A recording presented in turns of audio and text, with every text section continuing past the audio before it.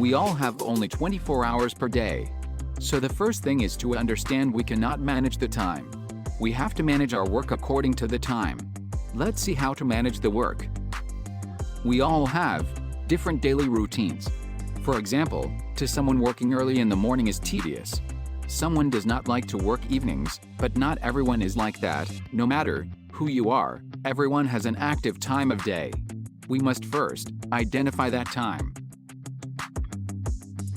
Next, we need to identify the work we really need to do. We think we have a lot of works, but not all of them are essential to us. It's important to look at your work and identify what work you really need to do. Make a list of the things you need to do now. You need to make sure that all this work does not take more than 30 minutes. If you have work that lasts more than 30 minutes, separate them into sections 1, 2, and so on. Now you are going to use your active time. Put in the work that you find most difficult, the lazy work to do, in your active time. Because you are in an active position, you are doing all that work quickly.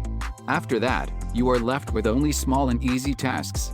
And other times, you are not active. But because the work you have left is so small and easy, you can finish it all in one go. Get 5 minutes break in every task. If your work takes longer than a day, do not try to do it all in one day. Break it down for a few days.